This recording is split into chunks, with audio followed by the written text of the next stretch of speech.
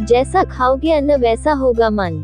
बासमती चावल बेचने वाले एक सेठ की स्टेशन मास्टर से सांठ गांठ हो गई। सेठ को आधी कीमत पर बासमती चावल मिलने लगा। सेठ ने सोचा कि इतना पाप हो रहा है तो कुछ धर्म कर्म भी करना चाहिए। एक दिन उसने बासमती चावल की खीर बनवाए और किसी साधु बाबा को आमंत्रित कर भोजन प्रसाद लेने के लिए प्रार्थना की। साधु बाबा ने बासमती चावल की खीर खाई। दोपहर का समय था। सेठ ने कहा, महाराज अभी आराम कीजिए, थोड़ी धूप कम हो जाए फिर पधारिएगा। साधु बाबा ने बात स्वीकार कर ली। सेठ ने 100 रुपए वाली 10 लाख जितनी रकम की गड्डियां उसी कमरे में चादर से ढक कर रख दी।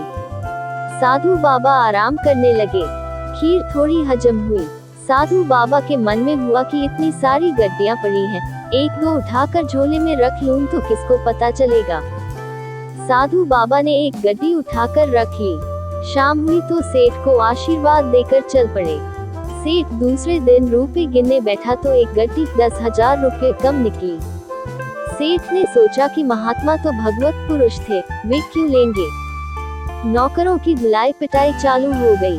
ऐसा करते करते दोपहर हो गई। इतने में साधु बाबा आ पहुँचे तथा अपने झोले में से गड्डी निकाल कर सेठ को देते हुए बोले, नौकरों को मत पीटो सेठ, गड्डी में ले गया था।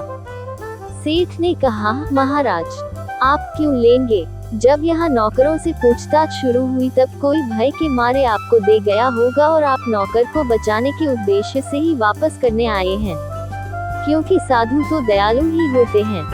साधु, ये दयालुता नहीं है, मैं सचमुच में तुम्हारी गड्डी चुरा कर ले गया था। साधु ने कहा, सेठ तुम सच बताओ कि तुमने कल खीर किसकी और किस लिए बनाई थी। सेठ ने सारी बात बता दी कि स्टेशन मास्टर से चोरी के चावल खरीदता हूँ, उसी चावल की खीर थी।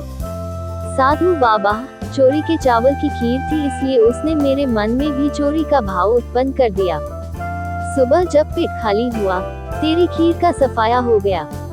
तब मेरी बुद्धि शुद्ध हुई कि हे राम, यह क्या हो गया। मेरे कारण बेचारे नौकरों पर न जाने क्या बीत रही होगी, इसलिए तेरे पैसे लौटाने आ गया। इसीलिए कहते हैं कि जैसा खाओ अन्न वैसा होवे मन, जैसा पियो पानी वैसी होवे वाणी।